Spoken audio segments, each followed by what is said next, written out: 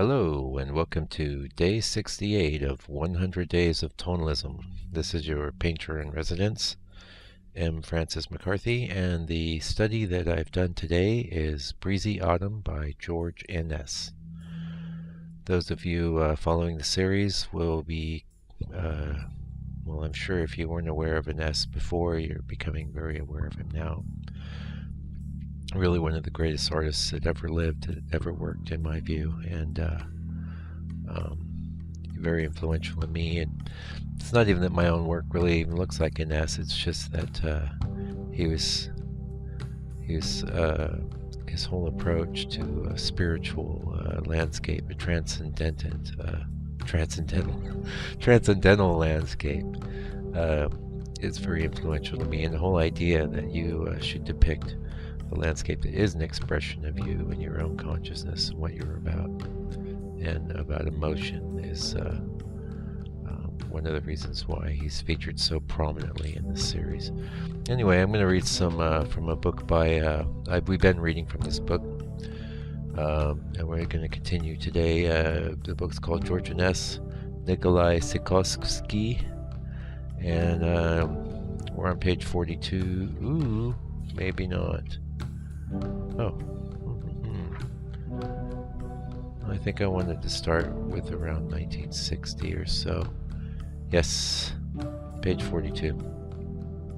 Before 1860, Inness was only a promising young artist. But in 1860, one writer said it was a matter of supreme wonder to us why this artist has not been given his place in the first rank of our landscape painters. And another asked why popularity has been so long held back to consecrated talent so remarkable. Inness was now acclaimed, a man of unquestionable genius. Beginning about 1862, people began to understand the novelty and subtlety of his art, and more particularly to see that its purpose was more expressive than descriptive, and that its formal means, the way it was painted, was essential to its expressiveness. In 1860, Mrs. Consant admired landscape by Inness because it was not one of those striking picturesque works where mountains, waterfalls, cliffs, and other romantic objects take the fancy by coup d'etat and may cover up much that is poor or false in the rendering. That same year, another writer said Inness was one of the finest and most poetical interpreters of nature in her quiet moods amongst our landscape painters. Inness's art itself achieved at this time a new conviction and authority, a mastery of form, color, and pictorial order that has seldom been achieved previously, but often achieved afterward. The decade of the 1860s represents a new stage in Inness's artistic development, one in which his art attained for the first time a discernible individuality of style and content. His affiliation with Barbizon painting remained clear as a badge of his modernity. He never tried to disguise it, but at the same time he tailored it to his own aesthetic and expressive needs. And just as an aside from me here, taking a break from the book, that's what I do with my work. I tailor tonalism to my needs as an artist.